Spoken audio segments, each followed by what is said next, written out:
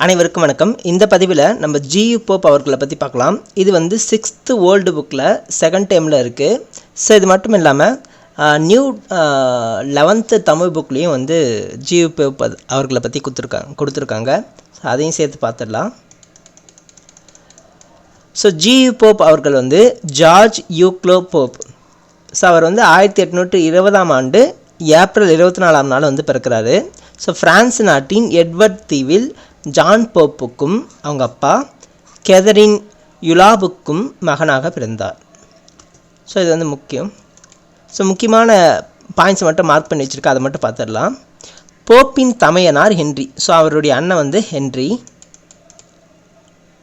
தமிழகத்தில் அது வேண்டாம். அடுத்து தம்முடைய 19ஆம் அகவையில் தமிழகத்தில் சமய பணியாற்ற தேர்ந்தெடுக்கப்பட்டார். ஸோ எப்போ 19 வயசில் வந்து தமிழகத்துக்கு வராரு. அவர் பாய்மர கப்பலில் சென்னை வந்து சேர 8 திங்கள் ஆயின, 8 மாதங்கள் ஆயிருக்கு. ஸோ தமிழகத்தில் சமயப்பணி பாருங்கள். தமிழ்நாட்டில் சென்னை சாந்தோம் பகுதியில் சமயப்பணி ஆற்றியப்போ பின்னர் திருநெல்வேலி மாவட்டத்துக்கு சென்று சாயர்புரத்தில் தங்கி சமயப்பணி ஆற்ற தொடங்கினார். ஃபஸ்ட்டு சென்னை சாந்தோம், அப்புறம் திருநெல்வேலியில் சாயர்புரம். பின்னர் அவர் அங்கு பள்ளிகளை நிறுவினார். கல்வி பணியையும் சமய பணியையும் ஒருங்கே ஆற்றினார்.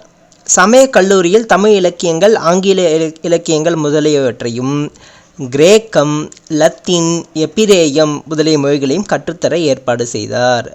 ஸோ பாருங்கள், கிரேக்கம், லத்தீன், எபிரேயம். ஸோ இந்த மூணுத்தையும் வந்து ஸ்கூலில் வந்து சொல்லித்தர சமய கல்லூரியில் சொல்லித்தர ஏற்பாடு செஞ்சுருக்காரு. அடுத்து கணிதம், அறிவாழ்வு அதாவது தருக்கம், மெய்யறிவு, தத்துவம் ஆகியவற்றை கற்பிக்கும் கல்லூரி ஆசிரியராகவும் பணியாற்றினார். ஸோ இவர் என்னென்ன சொல்லி கொடுத்தாருன்னு பார்த்தோம்னா கணிதம்,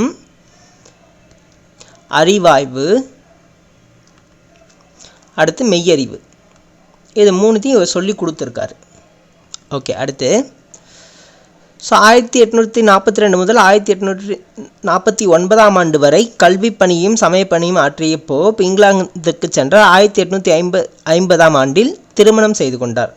தம் மனைவியுடன் மீண்டும் தமிழகம் வந்து தஞ்சாவூரில் சமயப்பணியாற்ற தொடங்கினார்.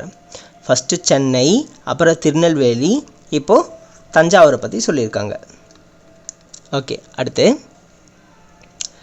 புறநானூறு முதலான சங்க நூல்களையும் நன்னூல் முதலான இலக்கண நூல்களையும் பயின்றார். திருக்குறள், திருவாசகம், நாலடியார் முதலிய நூல்களை பலமுறை படித்து அவற்றின் நயங்களை உணர்ந்தார். அவற்றை ஆங்கிலத்தில் மொழிபெயர்த்து வெளியிட்டால் மேலை நாட்டவர் அறிந்து பயனுறுவர் என்னும் உயர்ந்த எண்ணத்தோடு அம்முயற்சியில் ஈடுபட்டார். சரி பாருங்கள், இது முக்கியமானது. இந்தியன் சஞ்சிகை, இந்தியாவின் தொல்பொருள் ஆய்வு முதலான ஏடுகளில் தமிழ் மொழி பற்றிய ஆராய்ச்சி கட்டுரைகளை ஆங்கிலத்தில் எழுதினார். ஸோ என்னென்ன நூல் பார்த்துங்க. இந்தியன் சஞ்சிகை, இந்தியாவின் தொல்பொருள் ஆய்வு. அடுத்து போப் தமிழ் செய்யுட்கலம்பகம் என்னும் நூலை தொகுத்ததோடு அந்த பாக்களுக்கு விளக்கமும் தந்துள்ளார்.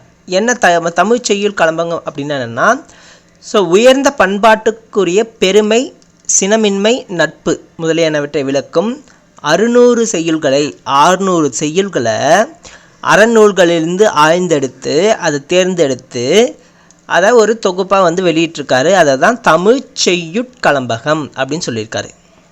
சரிங்களா? எத்தனை செய்யுள்னு பார்த்தோன்னா 600 செய்யுள். ஸோ 600 செய்யுளை தேர்ந்தெடுத்து தமிழ் செய்யுட்கலம்பகம் அப்படின்னு நூலாக தொகுத்திருக்காரு. ஸோ அது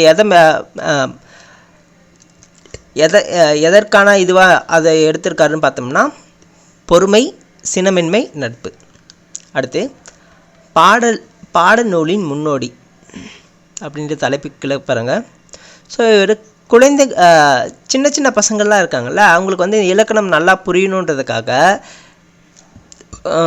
தமிழகத்தை கற்கும் காலத்தில் வினாவிடை முறையில் அந்த 2 இலக்கண நூல்களை அவர் எழுதினார். 2 இலக்கண நூலை எழுதியிருக்காரு. ஒன்று வந்து சின்ன பசங்க நல்லா தெரிஞ்சுக்கணும் அப்படின்றதுக்காக நம்ம ஸ்கூல் புக்கில் எப்படி கொடுக்குமோ அதுக்கேற்ற மாதிரி சிம்பிளாகவும் வினாவிடை முறையிலும் அமைச்சிருக்காரு. ஒன்று சின்ன பசங்களுக்கு, இன்னொன்று வந்து பெரியவங்களுக்கு. பெரியவர்கள் கற்கும் வகை இலக்கண நூல் ஒன்றையும் படைத்தார். அடுத்து அது மட்டும் இல்லாமல் 2 அகராதி, தமிழ் ஆங்கில அகராதி, அப்புறம் ஆங்கில தமிழ் அகராதி, இதையும் வந்து அவர் வெளியிட்டிருக்காரு. அடுத்து 1858ஆம் ஆண்டு உதகமண்டலம் சென்ற அவர் பள்ளி ஒன்றை தொடங்கி அதன் ஆசிரியராகவும் பணியாற்றினார். எந்த வருஷம்னு பார்த்தோன்னா 1858. உதகை ஊட்டியில் பள்ளி வந்து தொடங்கியிருக்காரு. அடுத்து திருக்குறளை வந்து 40 வருஷம் படிச்சிருக்காரு. 40 ஆண்டுகள் படித்து சுவைத்த போப் அதனை ஆங்கிலத்தில் மொழிபெயர்த்து 1886ஆம் ஆண்டு வெளியிட்டார். 1886 தான் வெளியிட்டிருக்காரு. சரிங்களா? எத்தனை வருஷம் திருக்குறளை படித்தார்னு பார்த்தோம்னா 40 வருஷம். தமது 80ஆம் வகையில் 1900ஆம் ஆண்டு திருவாசகத்தின் ஆங்கில மொழிபெயர்ப்பினை வெளியிட்டார். அதுக்கப்புறம் 1900 திருவாசகத்தையும் இங்கிலீஷில் டிரான்ஸ்லேட் பண்ணியிருக்காரு. ஃபஸ்ட்டு திருக்குறள் 1886, அடுத்து திருவாசகம். தம் இறுதி காலத்தை புறப்புற வெண்பா மாலை, புறநானூறு, திருவருட்பயன் முதலிய நூல்களையும் பதித்தார். நினைவிடம் அப்படின்னு பார்த்தோம்னா 1908ஆம் ஆண்டு வந்து பிப்ரவரி திங்கள் 11ஆம் நாள் 1908 வந்து தம் இன்னுயிரை நீத்தார். அவர் தம் கல்லறையில் இங்கே ஒரு தமிழ் மாணவன் உறங்கிக் கொண்டிருக்கிறான் என எழுத வேண்டும் என்று தமது இறுதி முறிவில் எழுதி வைத்தார். என்னன்னு, இங்கே ஒரு தமிழ் மாணவன் உறங்கிக் கொண்டிருக்கிறான் அப்படின்னு எழுதுங்கன்னு சொல்லி வச்சிருக்காரு. ஓகே, இதுதான் வந்து ஓல்டு 6th புக்கில் இருக்கிற கண்டென்ட். இப்போ நம்ம 11th புக்கில் இருக்கிறத பார்க்கலாம். இது நியூ புக்கு. செந்தமிழ்ச்செம்மல் இப்போ தான் பார்த்தோம். செந்தமிழ்ச்செம்மல் இவருக்கான பட்டம் பாருங்கள், செந்தமிழ்ச்செம்மல் டாக்டர் ஜி போப் 1839ஆம் ஆண்டு தென்னிந்தியாவுக்கு வந்தார். ஓகேங்களா? அவங்க அதில் வந்து இந்தியாவுக்கு வந்தது தான் இருக்குது, தமிழகத்துக்கு வந்தது தான் இருக்குது. இங்கே வந்து வருஷம் கொடுத்துருக்காங்க 1839. பிறப்பு பார்த்தா 1820. 1886 திருக்குறள் வந்து மொழிபெயர்த்திருக்காரு. 1900 திருவாசகத்தை மொழிபெயர்த்திருக்காரு. 1839 தமிழகத்துக்கு வந்திருக்காரு. சென்னை வந்து அடைந்த போப் சாந்தம், அதிலே பார்த்தோம். சாந்தம் என்னும் இடத்தை முதலாக தமிழ் உரையை படித்து சொற்பொழிவு ஆற்றினார். அதிலே படிச்சிருப்போன்னு நினைக்கிறேன், அது சரியான ஞாபகம் இல்லை, அது பாருங்கள். சென்னைக்கு வரத்துக்கு 8 மாதம் ஆச்சு அப்படின்னு பார்த்தோம்ல. அந்த 8 மாதத்தில் என்ன பண்ணியிருக்காரு, தமிழ் முதலான ஒரு சில மொழிகளை வந்து கற்று தேர்ந்திருக்காரு. அவர் இங்கே வந்து இறங்கின உடனே தமிழை பார்த்து படித்து உரையாற்றிருக்கார். ஓகேங்களா? அப்போ அந்த 8 மாதத்தில் தமிழ் கற்றுக்கிட்டு தமிழை படிச்சிருக்காரு. அதுக்கப்புறம் தான் மற்ற நூல்கள்லாம் படித்து அதை எல்லாருக்கும் தெரியப்படுத்தணும், குறிப்பாக அவங்க நாட்டில் இருக்கிற மக்களுக்கு தெரியப்படுத்தணும், அவங்களும் வந்து பயன்பெறணும் அப்படின்றதுக்காக மொழிபெயர்த்திருப்பார். ஓகே, இவரது திருக்குறள் திருவாசக ஆங்கில மொழிபெயர்ப்புகள் சிறப்பு வாய்ந்தவை. இப்போ தான் பார்த்தோம் 1886, 1900. ஓகே, சிறிய தமிழ் இலக்கண நூல்கள் சிலவற்றை எழுதியுள்ளார். அதை தான் பார்த்தோம். சின்ன பசங்களுக்கு ஒன்று, பெரியவங்களுக்கு ஒன்றும் இலக்கண நூல் எழுதியிருக்காரு.